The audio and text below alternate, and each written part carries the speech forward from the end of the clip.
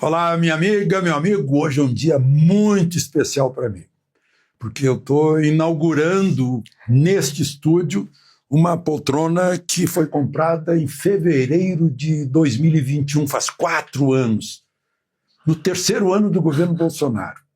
E eu sonhei em inaugurar essa poltrona e fazer a primeira entrevista com a primeira-dama, Michele Bolsonaro. E hoje ela realiza meu sonho. Senhora Michele, por favor, seja bem-vinda. Hoje eu realizo o sonho de sentar nesta poltrona. Muitíssimo obrigado. Obrigada. Esperei 4 anos por esse momento. 4 anos, gente. E olha, a alegria supera a expectativa. Obrigada. Muito obrigado. E é confortável, tá? Muito bom. Agora, já vou começar perguntando uma coisa bem pesada, né, para as pessoas entenderem que vai ser uma boa conversa. Tá. Antes de ser primeira-dama, teve campanha eleitoral. Qual foi o seu maior susto, a coisa mais terrível que aconteceu na sua vida antes de o presidente Bolsonaro ser eleito? Antes dele ser eleito, foi o atentado. Pois é, era esse o ponto. Foi algo que marcou as nossas vidas. Como é que a senhora soube? Em que momento, em que ocasião, onde estava, quando soube? Eu estava trabalhando, colocando janelas de Libras, acessibilidade nos vídeos dele de campanha. E recebi uma ligação de um funcionário falando que ele tinha sofrido apenas um corte, né? E que já estava tudo ok, já tinha ido para o hospital, já tinha levado os pontos. E depois o Flávio me liga falando que realmente tinha sido algo mais grave. Mas as pessoas que estavam ali no estúdio me blindaram do que realmente estava acontecendo. Depois os jornais começaram a noticiar que tinha tido perfuração de órgãos e que realmente ele corria risco de morte. Eu estava no Jardim Botânico, o senhor conhece muito bem o Rio, né? O trânsito ali também bem complicado, véspera de feriado, dia 6 de setembro. 6 de setembro. De 2018. As pessoas já estavam viajando, né? E muitos descem de carro. E eu fui correndo para casa. Eu me lembro que no caminho eu liguei para uma tia. Casa lá na Barra. Na Barra da Tijuca. No caminho eu lembro que liguei para uma tia aqui em Brasília, pedindo para ela, para a gente poder tirar uma passagem, para ela poder chegar logo cedo no outro dia, para eu estar com ele. Cheguei em casa, assim, coisa de 10 minutos mesmo, nem pensei. Peguei uma jaqueta, uma blusa, uma calça, coloquei dentro da mochila e fui de carro para Minas Gerais. Quando eu Juiz de Fora está 200 quilômetros do Rio, Só nem que isso. nós pegamos trânsito e nesse intervalo algumas pessoas tentavam ligar, alguns candidatos tentando se solidarizar com a situação. E a gente pegando também o alto, a gente não conseguia sinal, enfim, a gente às vezes parava para poder falar, porque vários se solidarizaram com a situação. E o seu interior, a sua emoção? E o meu interior até então, eu não tinha a real noção da gravidade, tá? Porque como eu já fiquei sabendo que estava tudo ok, que ele já tinha levado os pontos, que para mim tinha sido algo superficial, né? Depois que o Flávio falou que tinha uma gravidade, mas eu não imaginava que eu ia encontrar o meu marido daquela forma. Muita gravidade. Né? Muita gravidade. Então, quando eu cheguei na Santa Casa, e aqui eu quero agradecer os médicos, os enfermeiros, todos que estiveram ali conosco, que realmente salvaram a vida do meu marido. Eu lembro que eu cheguei e vi assim, aquela multidão de jornalistas na frente. Eu falei, poxa, aí as coisas foram ficando mais difíceis, já comecei a ficar trêmula, meu coração começou a bater mais forte. O Magno Malta estava numa antessala e falou, minha amiga, é muito grave e agora você vai lá falar com ele. Eu abri a cortina e realmente ele estava irreconhecível. Ali foi um baque muito forte, porque ele realmente estava transfigurado. Ele tinha uma cor, perdeu muito sangue, né? Hemorragia interna, acho que quase 2 litros de sangue. E quando aí eles fecharam a cortina para eu ter aquele momento com ele olhou para mim e falou: Mi, com muita dificuldade de conversar, falou: Mi, olha o que fizeram comigo. E a lágrima escorrendo, e eu peguei, passei a mão na cabeça, dei um beijo na testa dele. E ele falou, eu não tinha visto, né, porque ele estava com manta térmica, enfim, não podia mexer. E eu olhei para o teto do hospital e fiz uma oração. Falei para Deus: Senhor, eu sei que não caiu um fio da nossa cabeça e nem uma folha da árvore sem o seu consentimento. E naquele momento o médico já tinha falado que eles já tinham feito de tudo e que era só Deus, né? Ele poderia morrer também por pneumonia, infecção, enfim. Ali eles tinham feito aquela cirurgia para ele sobreviver. E eu fiz essa oração e na hora eu falei para Deus: se for para a morte, glória a Deus. Se for para a vida, louvado seja o teu nome. E foi tão engraçado, Alexandre, que eu, naquele momento, eu acho que eu recebi uma anestesia. Foi algo sobrenatural. Eu tive uma força que eu não esperava, humanamente falando, eu não sei o que aconteceu.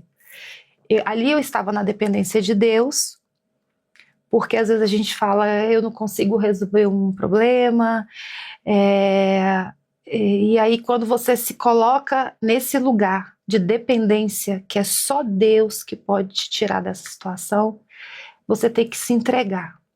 E eu me entreguei, falei: Senhor, ele está nas tuas mãos.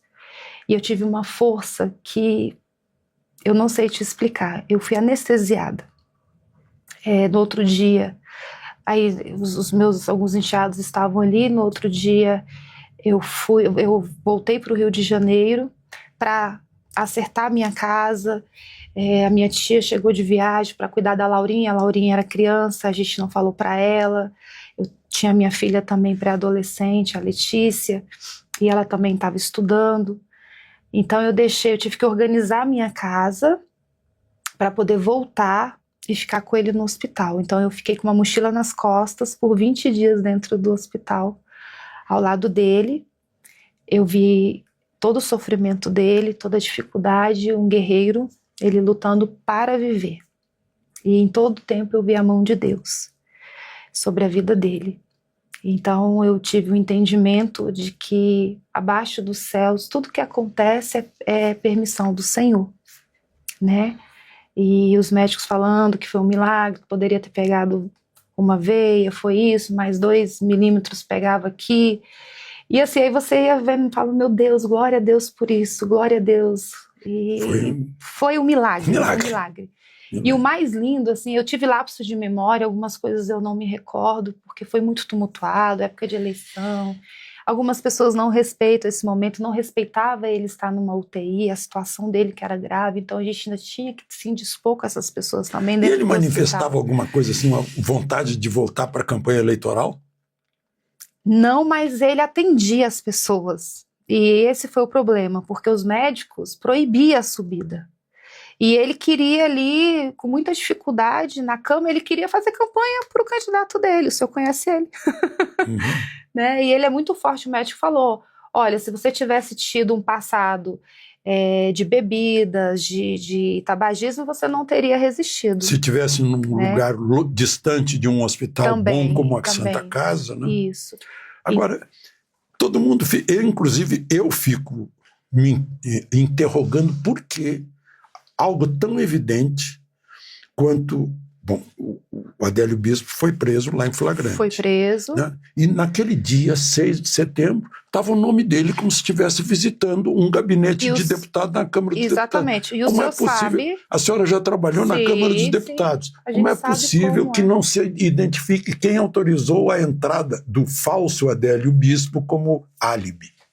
Mas tem. Tem? Tem nas redes sociais. Ele visitou um gabinete.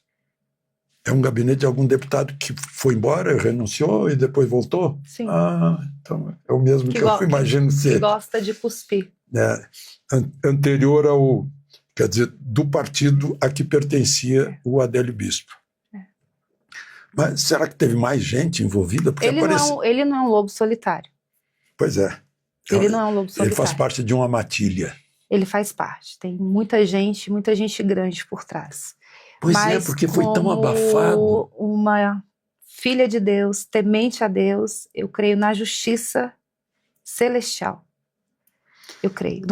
Nessa terra não tem como você plantar limão e colher um moranguinho doce. Nós temos que... A gente tem a lei da colheita. Se é algo que ficou oculto e que precisa vir à luz. Exatamente, exatamente. Ainda é um mistério, né? A gente vê que realmente tem muita virá. gente por trás desse atentado. Ainda na sua vida privada com o então deputado Bolsonaro, vocês se casaram em 2007, né? 2007. E a senhora já fazia essa obra social que passou a fazer como primeira-dama. Quer dizer, não é uma novidade de primeira-dama. Não. Eu comecei no voluntariado. Eu vim de uma família disfuncional. Eu nasci na Ceilândia. Os meus pais se separaram. Para quem não sabe, Ceilândia é uma cidade satélite. Aqui faz parte dos arrabaldes de Brasília. É uma das maiores cidades, né? E os meus pais se separaram, eu tinha 4 anos de idade. Nós não passamos fome, mas nós passamos muita dificuldade. E o maior desafio... A senhora vendeu laranja, trabalhou no supermercado, em 2 supermercados. Tenho muito orgulho disso. Fui muito atacada como primeira-dama. Uma caixa. Eu nunca fui caixa, também não tenho nada contra. Meu sonho era até ser a patinadora ali, né? Que resolvia os problemas dos caixas. Mas eu fui muito atacada porque eu não tenho nível superior. Eu terminei o meu 2º grau. Mas fez um curso de sommelier, entende de vinho. Pela ABS, Associação Brasileira de Sommeliers. Então eu nasci na cidade satélite. A gente passou muita dificuldade. Minha mãe era dona de casa, depois teve que começar a fazer faxina. E eu não queria ser...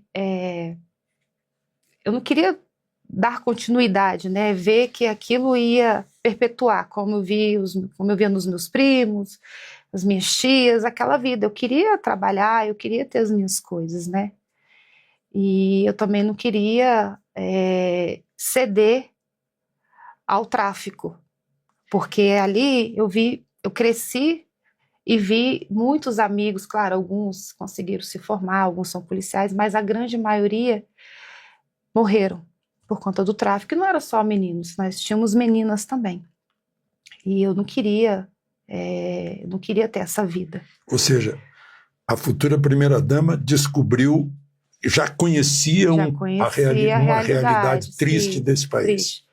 Então, com 10 anos de idade, eu comecei a vender laranja no sinal da feira da Ceilândia, onde tinha a antiga Caixa Econômica Federal. Eu vendia laranja, recebi umas moedas, eu não tenho... Ia ganhar um dinheirão hoje. Pois é. A laranja tá tão cara. Eu não tinha noção, era mais para ajudar também um senhor que ele tinha mobilidade reduzida, ele ficava do outro lado do sinal vendendo capas de carro para bancos de carro. E eu prestava atenção, eu sempre fui uma menina muito esperta, muito ativa. E eu prestava atenção que ele perdia as vendas da laranja porque ele não conseguia atravessar a pista por conta dessa mobilidade reduzida. E para ele ganhava muito mais vendendo as capas de banco de carro. E eu fiz a proposta para ele, porque eu morava no comércio, eu ficava do portão da minha casa só analisando, porque eu queria ser aquela vendedora, né? Eu almejava ser a vendedora do sinal. E um dia eu fiz a proposta para ele. Então, assim, uma pessoa que só tinha canela, joelho e canela, era magra, transparente. E ele aceitou. E eu comecei a vender e acabei... Não, as laranjas, os pacotes. Eu saía correndo atrás dos carros quando abria o sinal e conseguia pegar, porque hoje você passa o Pix, né? Eu tinha que dar troco. E eu fui uma boa vendedora e eu fui promovida até para o outro lado para começar a cuidar das capas. Só que ele adoeceu e nunca mais voltou. Então não sei o que aconteceu com o senhor Paulo, mas tenho muita gratidão e lembro dele com muito carinho, um senhorzinho que vendia capas ali no sinal da Feira da Ceilândia. Então, com 14 anos de idade, eu queria ser babá, minha mãe não deixou ser babá no lago, e eu consegui vender panetones A minha tia, ela era do ramo, também de supermercado. E uma empresa, eles compravam uma demanda muito grande, né? Encomendavam uma demanda muito grande de panetones. E sobrava, colocavam um preço muito alto e no final sobrava e eles tinham que acabar com aquela quantidade no depósito. E certa vez o gerente perguntou, você conhece uma menina maluca, assim, doida, que possa ir para o sinal e a gente acabar com esse estoque? Ela falou, sei, é a minha sobrinha. E eu lembro, Alexandre, que a gente foi... Saldos! A gente foi para um sinal, não sei se foi em Sobradinho, a gente montou uma pilha de panetones. E ele comprou uma marmita pra gente e uma Fanta uva quente, era um purgante, né? Deixou pra gente ali e eu vendi todos os panetones, porque eu não perdia um sinal. Eu sei o que é sair correndo, fazendo a proposta e voltar pegando dinheiro. E ele falou assim, quando você tiver 18 anos eu vou te contratar. E com 18 anos ele me contratou e eu trabalhei nessa empresa. Bom, eu fico curioso em saber em que momento o seu marido, então deputado, lhe disse que estava com vontade de ser presidente. Ai, meu Deus! Nem eu acreditava nele. Porque eu sabia que ele seria uma voz solitária no Congresso, né? E foi durante muitos anos. Justamente por ele ter sido por muitos anos. Mas o Jair, eu não sei se o senhor é igual.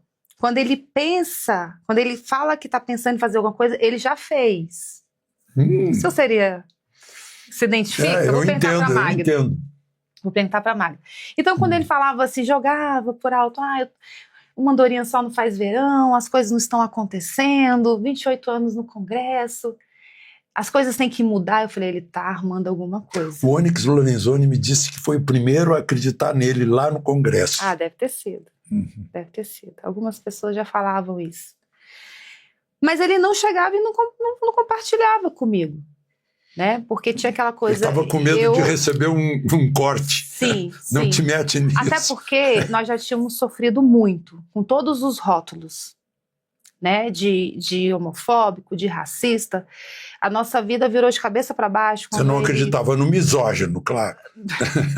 Então, assim, e quando ele descobriu aquele material que ele que colocou o nome de kit gay...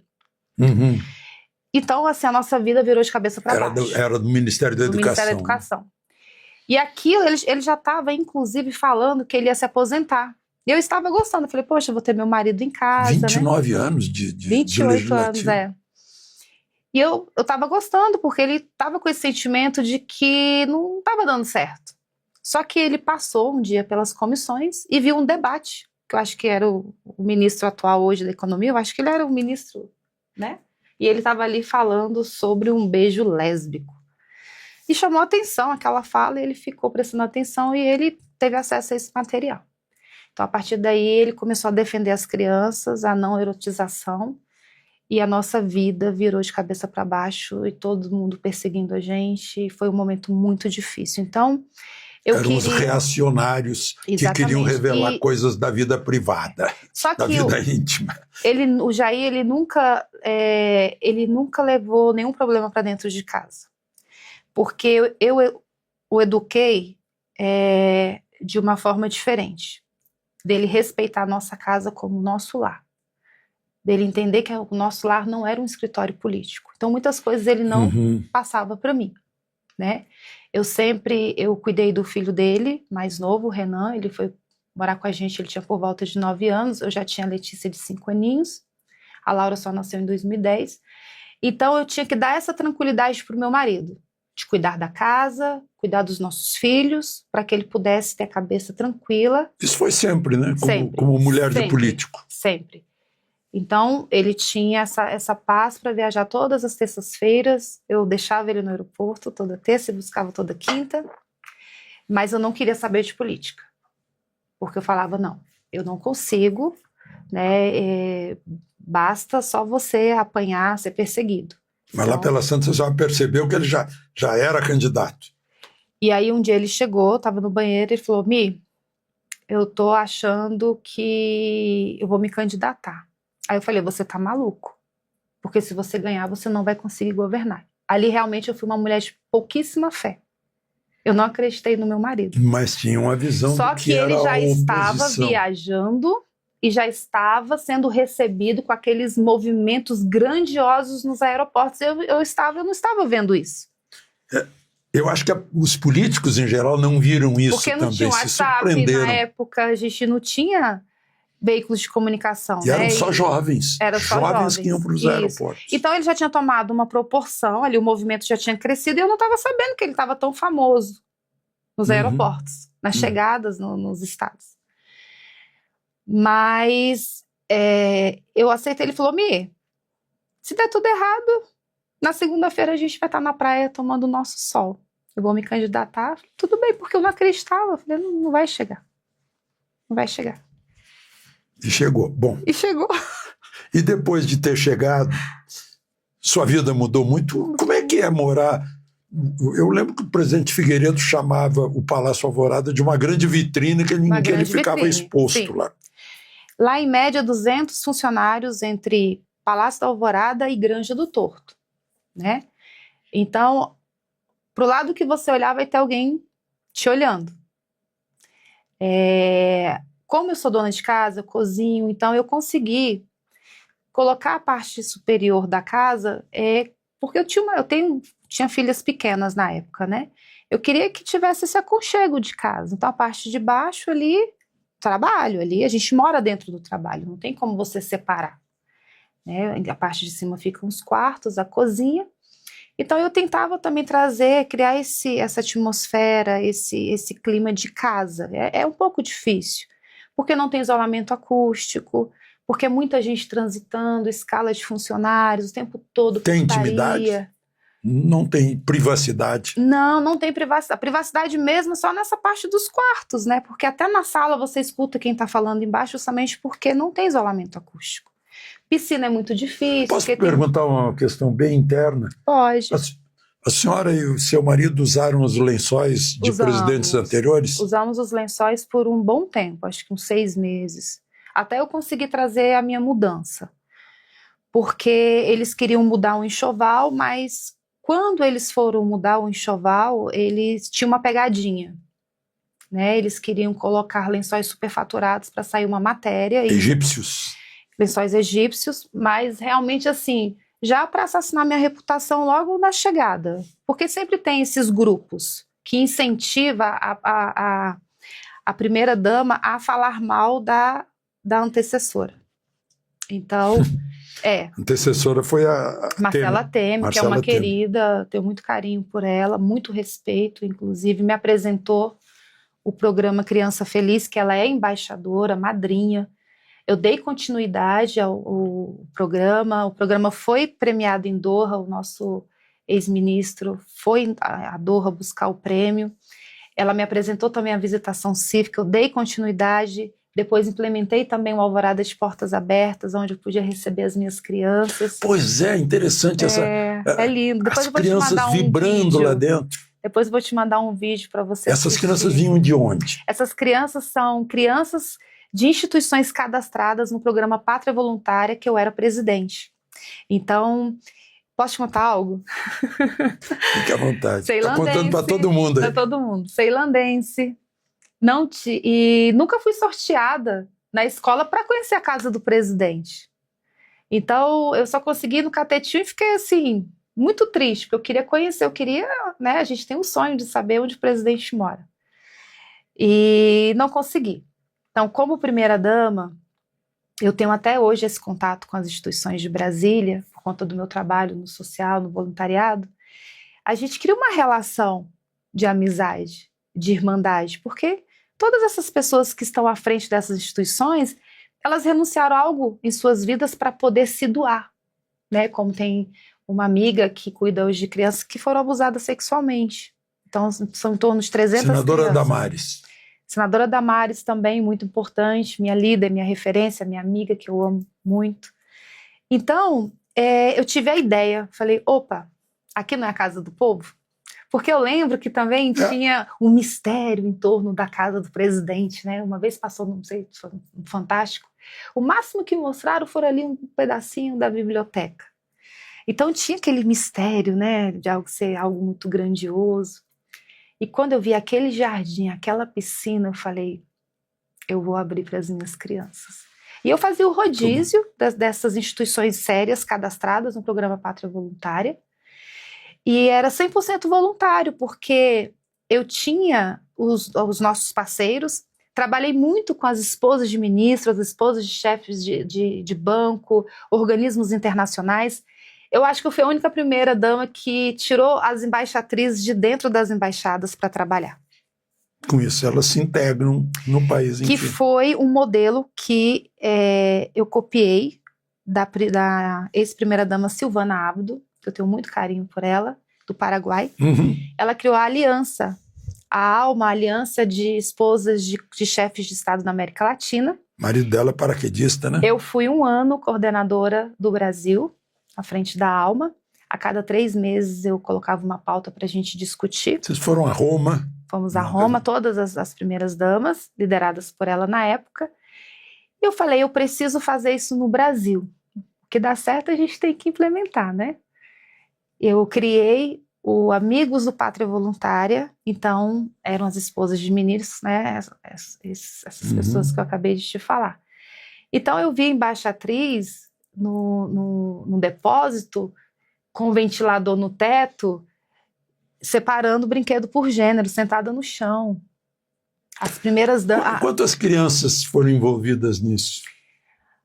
Hoje, assim, o número, eu poderia ter pego esse número, mas muitas crianças, porque toda vez que a gente abria, para ser assim, algo seguro também, e a gente conseguir fazer algo legal, porque eles almoçavam, eles tomavam café, almoçavam, e o almoço... Era almoço, se era na época do Natal, era um almoço natalino, com chester, arroz, farofa, salpicão. A gente tinha uns parceiros que traziam sorvete, picolé, algodão doce, era muito chique. E os padrinhos eram os ministros, secretários executivos e amigos da sociedade civil. Quer dizer, não ia um tostão do dinheiro do pagador de imposto. Nenhum tostão. E outra coisa, tinha que dar o presente que a criança colocava na cartinha. E eu fazia a vistoria. Tinha que ler as cartinhas. Uma vez uma criança pediu uma bicicleta, chegou um patinete. Eu saí correndo para comprar uma bicicleta de última hora. Então a gente tinha que dar o presente que a criança pedia. Então, em torno de 60, 70 crianças por evento, cada vez. Agora, eu ouvi uma frasezinha sua aí. Hoje, mesmo depois de não ser mais primeira-dama, continua fazendo... Continuo porque é algo do meu coração, é uma pauta. Eu comecei já vinha antes, no voluntariado, aos 14 anos. Eu cadastrei a Vila dos Carroceiros, que hoje é o Sol Nascente. Eu participei pela Igreja Católica, na época, desse cadastramento. Então eu acho que o voluntariado, ele é um legado de amor, de solidariedade e de esperança.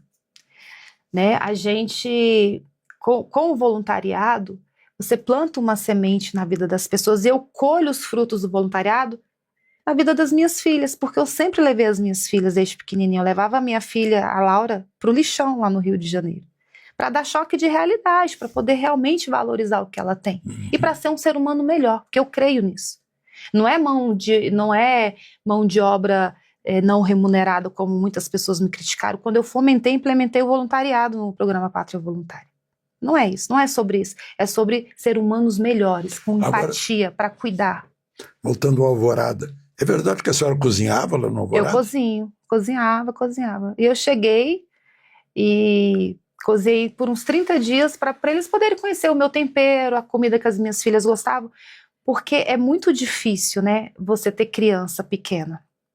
Então eu tinha que conciliar minha agenda como primeira-dama, mas a minha pauta prioritária é a minha casa, é a minha família. Eu sou mãe e primeira-dama.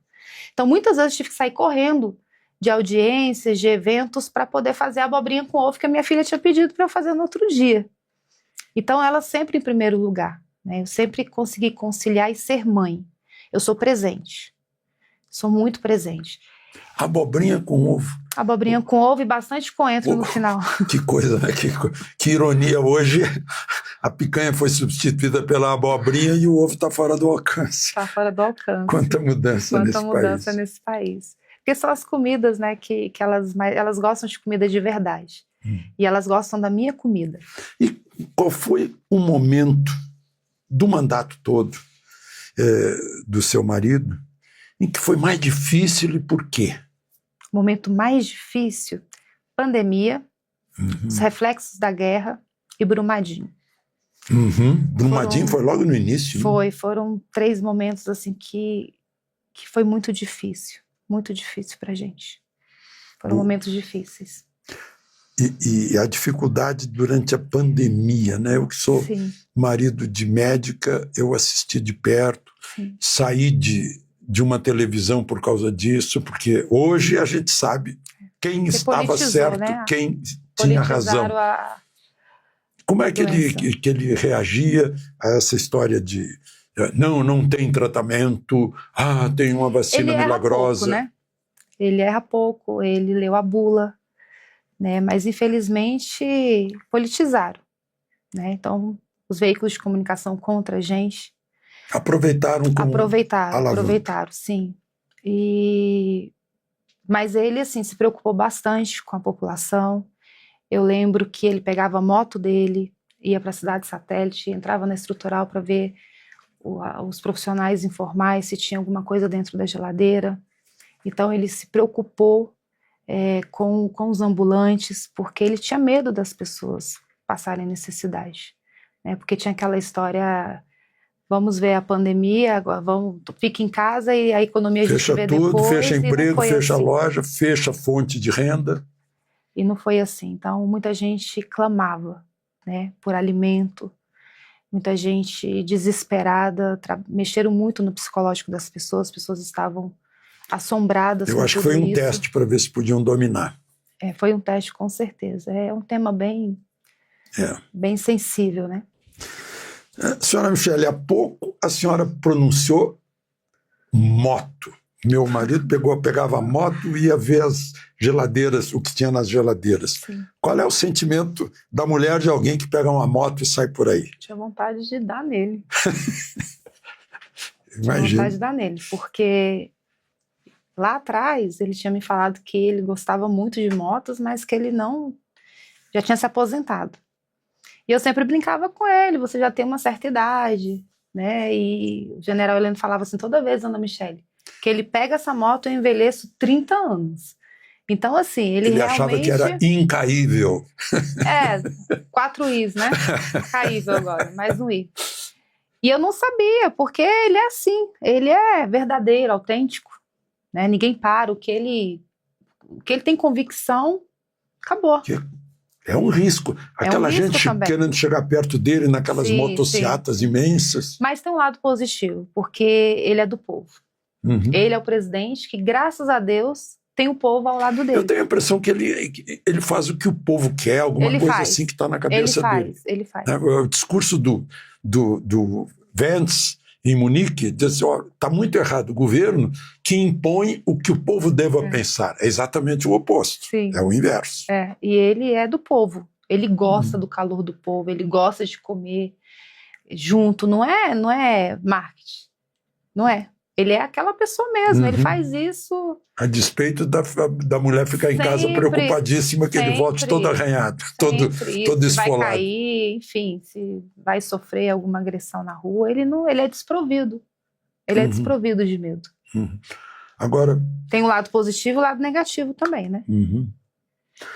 Uma curiosidade, como é que foi o inédito discurso no parlatório em Libras?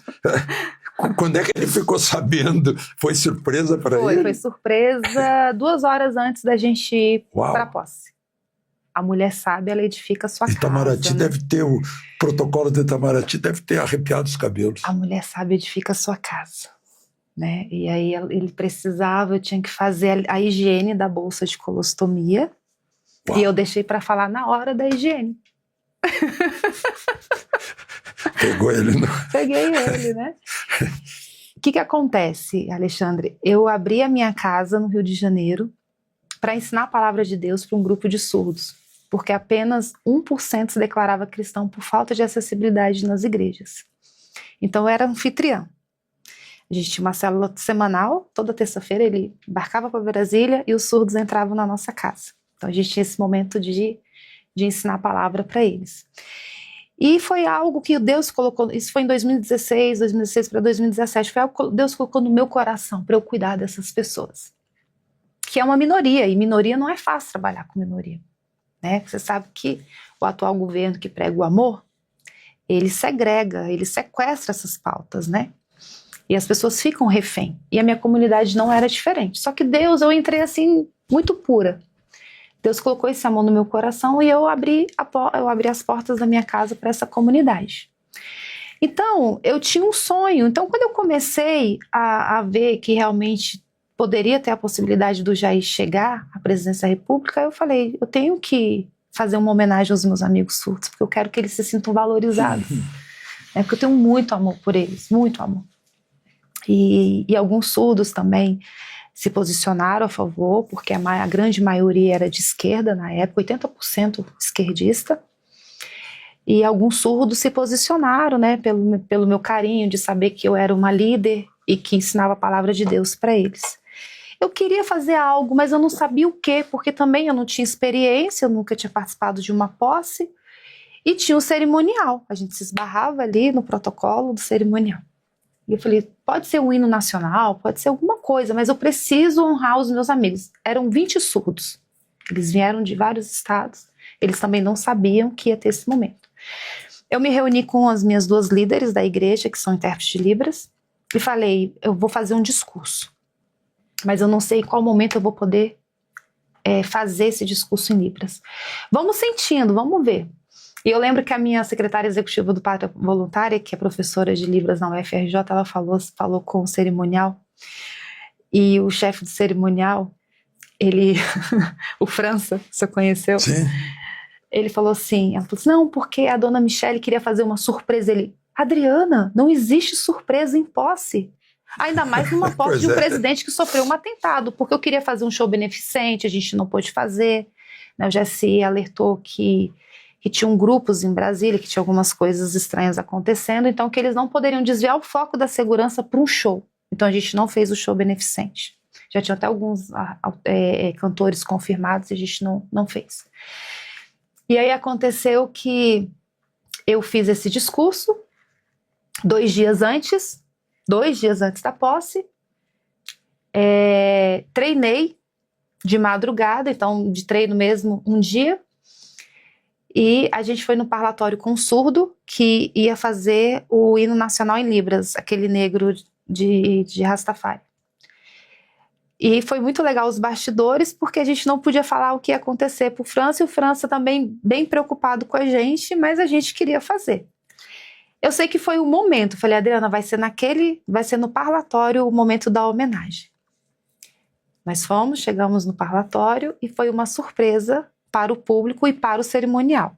Só que antes de sair da granja, faltando 2 horas, e o França ligando para a gente há 2 dias. Já conseguiu falar com o presidente? Ele está sabendo que a dona Michele vai fazer o discurso? Não, mas por quê? Porque a casa está cheia, porque tem convidados, porque a família está aqui.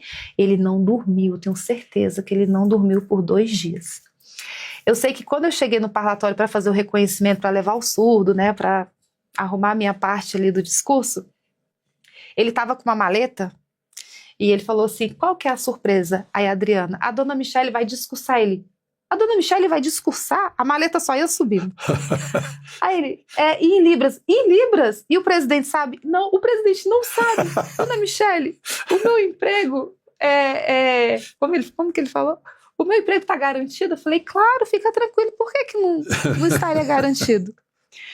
Aí eu fui fazer a limpeza. Embaixador do Canadá hoje. Embaixador, um querido, assim, tenho muito carinho, muito respeito, me ajudou bastante na questão da acessibilidade dentro do palácio. E aí, voltando lá para a granja, fui fazer a limpeza, e ele deitado, eu falei, amor, eu queria te pedir 5 minutos do seu tempo de discurso. Aí ele falou, claro, desprovido, né? Claro. Eu falei, você vai falar? Eu falei assim, vou falar. Aí ele falou assim, falei, mas eu prometo que são 5 minutos, não vai passar. Ele, não, tudo bem. Não quis saber o teor da fala. Não quis saber, eu estava fazendo a limpeza, ele não podia falar nada também, né? Senão eu deixava ele ali. Brincadeira. Ele saiu do quarto, o general Heleno estava passando, tinha um espelho na sala, eu pedi para o general Heleno gravar o meu discurso, eu fui treinar na frente do espelho. Uhum. E ele estava segurando o celular, me gravando. E eu comecei a fazer o meu discurso na frente do espelho. O general Heleno falou assim: Dona Michele, eu não entendi nada, mas ficou muito bom. Muito. 4 minutos e 32. Uhum.